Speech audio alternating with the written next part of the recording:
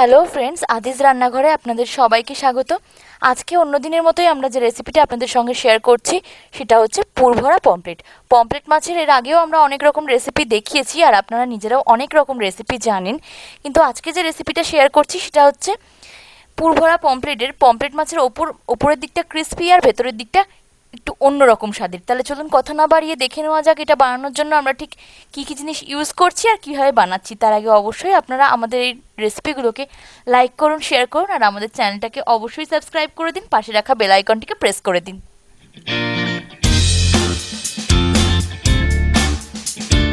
আমরা প্রথমে এখানে 1 ইঞ্চি মতো আদা নিয়েছি, 8 কোয়া রসুন আর 2টো কাঁচা লঙ্কা নিয়েছি।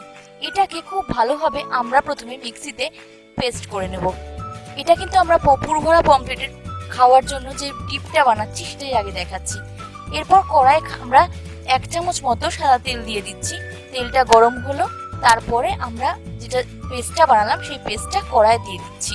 খুব ভালোভাবে নাড়ার পরে আমরা এখানে কি কি জিনিস ইউজ করছি আগে সেটা দেখাচ্ছি। নুন, চিনি আর লঙ্কা গুঁড়ো।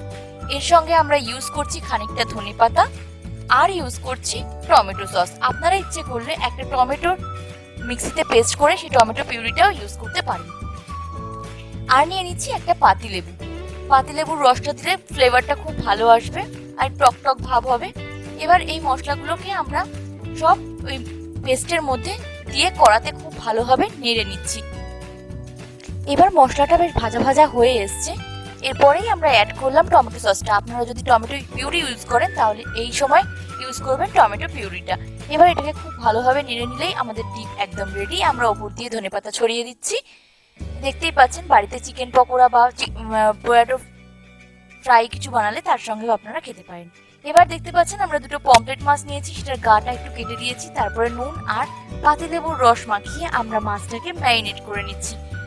মাছটাকে ম্যারিনেট করে আমরা প্রায় 10 থেকে 15 মিনিট এইভাবেই এটাকে রেখে দেবো। এবার একটা বাটিতে মাছের ভেতরে যে পুরটা ভরবো সেই পুরটা আগে বানাচ্ছি। তার জন্য আমরা এখানে নিয়ে নিলাম 3 চামচ মতো নারকেল কোড়া। নারকেল কোড়ার এই পুরটাই আমরা ভেতরে ভরবো। এবার তার সঙ্গে আমরা মিশিয়ে দিচ্ছি কাঁচা লঙ্কা, ধনেপাতা আর কাজু বাদাম।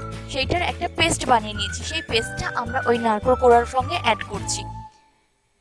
আমরা এখানে 1.5 চামচ মতো ওই পেস্টটা অ্যাড করলাম। এবার তার সঙ্গে দিচ্ছি নুন। নুনটা অবশ্যই আপনারা স্বাদ অনুযায়ী দেবেন।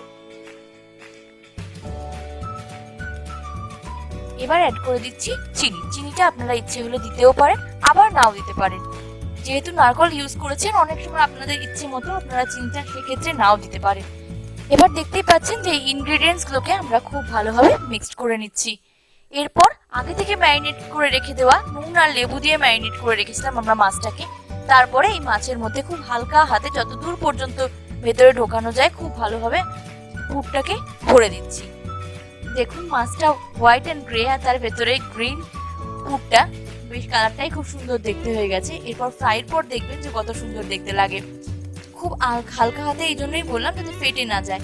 এইভাবেই আমরা 2টো মাছের ভেতরেই পুরটাকে খুব ভালোভাবে ভরে দিয়েছি। মাছের পেটটা বেশ অনেকটা মোটা হয়ে গেছে। এবার মাছটাকে আমরা এরকমভাবেই রেখে দিচ্ছি। এবার তাহলে চলুন দেখে নিই যে ব্যাটারটা বানানোর জন্য আমরা ঠিক কী কী জিনিস ইউজ করছি। সেটার জন্য আমরা একটা আলাদা পাত্রে 4 চামচ মতো বেসন নিয়ে নিচ্ছি। তারপর দিয়ে দিচ্ছি 1 চামচ মতো কর্নফ্লাওয়ার। এবার দিলাম 2 চামচ মতো চালের গুঁড়ো। চালের গুঁড়োটা 2 চামচ এই জন্য দিলাম যাতে বেশি ক্রিস্পি হয় খেতে। এরপর দিচ্ছি সামান্য পরিমাণ নুন আর চিনি। চিনিটা নুন আপনারা ইচ্ছে অনুযায়ী ইউজ করবেন, নুনটাও আপনারা স্বাদ অনুযায়ী দেবেন। চিনিটা ইচ্ছে হলে দিতেও পারেন, আবার নাও দিতে পারেন। এবার দিয়ে দিচ্ছি এর সঙ্গে সামান্য পরিমাণ জোয়ান। এবার দিয়ে দিচ্ছি 1 চামচ মতো লঙ্কা গুঁড়ো। খুব ভালোভাবে আমরা ব্যাটারটাকে বানাবো। তার আগে দিয়ে দিচ্ছি তার সঙ্গে 2 চামচ মতো লেবুর রস। আপনারা ইচ্ছে করলে এখানে ভিনিগারও ইউজ করতে পারেন। খুব গাঢ় হবে ব্যাটারটা, যাতে মাছের উপরে ব্যাটারটা লেগে থাকে, সেই জন্য একটু সামান্য জল দিয়ে আমরা প্রথমে ব্যাটারটাকে গুলেছি। দেখতেই পাচ্ছেন ব্যাটারটা বেশ গাঢ় হয়ে আসছে। ব্যাটারটা গাঢ় মতো হয়েই এসছে। এবার এর সঙ্গে আমরা দিয়ে দিলাম একটা ডিম। এবার খুব ভালোভাবে আবার এটাকে আমরা মিক্সড করে নিচ্ছি।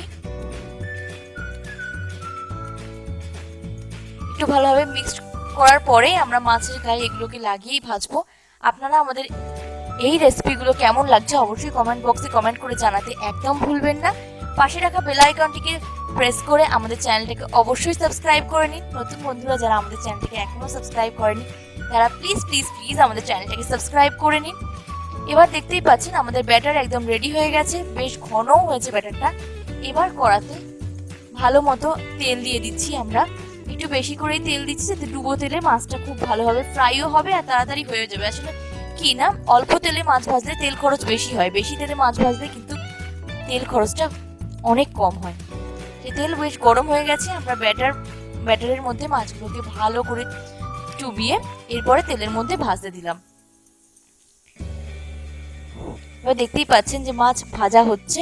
এটা অবশ্যই আপনারা মিডিয়াম ফ্লেমে ভাজবেন, কারণ হাই ফ্লেমে ভাজলে না মাছের ওপরটা ভাজা হয়ে যাবে, ভেতরটা কাঁচা রয়ে যাবে।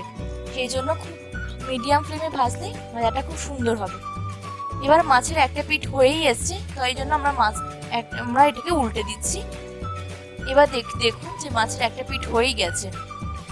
এবার আর একটা পিঠ হতে থাকুক যতক্ষণ। এবার দেখতে পেলেন যে মাছটা ফ্রাই হয়ে গেছে। এইভাবেই আমরা দুটো মাছকেই ভেজে নেব। এরপর আরেকটা যে মাছ ছিল সেই 2 নম্বর মাছটাকেও আমরা খুব ভালোভাবে তার গায়ে ব্যাটারটা লাগিয়ে সেটাকে গরম তেলে ভাজবো। তার আগে দেখতেই পাচ্ছেন যে জায়গাটা দিয়ে পুরটা ঢুকিয়েছিলাম সেই জায়গাটাতেও ব্যাটারটা খুব ভালোভাবে লাগিয়ে দিলাম, যাতে কোনো মতে পুরটা বেরিয়ে না আসে বা তেলে দেওয়ার সময় সেই পুরটা বেরিয়ে তেলটা পুরোটাই নষ্ট হবে। তাই জন্য তার আগে ওখানটা ব্যাটারটা মাখিয়ে দিয়েছিলাম। দেখতেই পেলেন যে মাছটা খুব ভালোভাবে ভাজা হয়ে গেছে। আপনারাও অবশ্যই এরমভাবে মাছটাকে ভাজবেন, তাহলে পুরটাও বেরিয়ে আসবে না, খুব সুন্দর খেতেও লাগবে। দেখতেই পাচ্ছেন আমাদের মাছ একদম পরিবেশনের জন্য রেডি হয়ে গেছে। আপনারাও এটাকে সাইড ডিশ হিসেবে অথবা স্টার্টার হিসেবেও খেয়ে দেখুন, আর নিশ্চয়ই আশা করছি আপনাদের খুব ভালো লাগবে। সেটাও কমেন্ট করে আমাদের জানাতে একদম ভুলবেন না। আমরা আপনাদের জন্য মাছটাকে মাঝখান থেকে একবার কেটে দেখাচ্ছি যে দেখুন যে ওপরটা কেমন ক্রিস্পি হয়েছে আর ভেতরের যে নারকেলের পুরটা ছিল সেটার অদ্ভুত একটা টেস্ট হবে। এখন খেয়ে তো আপনাদের আমি দেখাতে পাচ্ছি না, তো আপনারা নিজেরাই বাড়িতে বানিয়ে খেয়ে আমাদের কমেন্ট বক্সে কমেন্ট করে জানাবেন যেটা কেমন লাগলো খেতে। নতুন নতুন আরও রান্না আপডেট পাওয়ার জন্য আমাদের চ্যানেলের দিকে অবশ্যই নজর রাখুন। আপনারা কমেন্ট করে জানান, সেগুলোই আমাদের এনকারেজমেন্ট হিসেবে আমরা ইউজ করবো, যাতে নতুন নতুন আরও রান্না আমরা আনতে পারি। আপনারা কমেন্ট করলে আমরা জানতে পারবো যে আপনারা আর কি দেখতে চাইছেন। তাই অবশ্যই আমাদের চ্যানেলটাকে লাইক করুন, শেয়ার করুন আর সাবস্ক্রাইব করুন। পাশে রাখা বেল আইকনটিকে প্রেস করে দিন। আমাদের এই ভিডিওটা প্রথম থেকে শেষ অবধি দেখার জন্য আপনাদের সকলকে অসংখ্য ধন্যবাদ। আজকের মতো এই পর্যন্ত, টাটা বাই।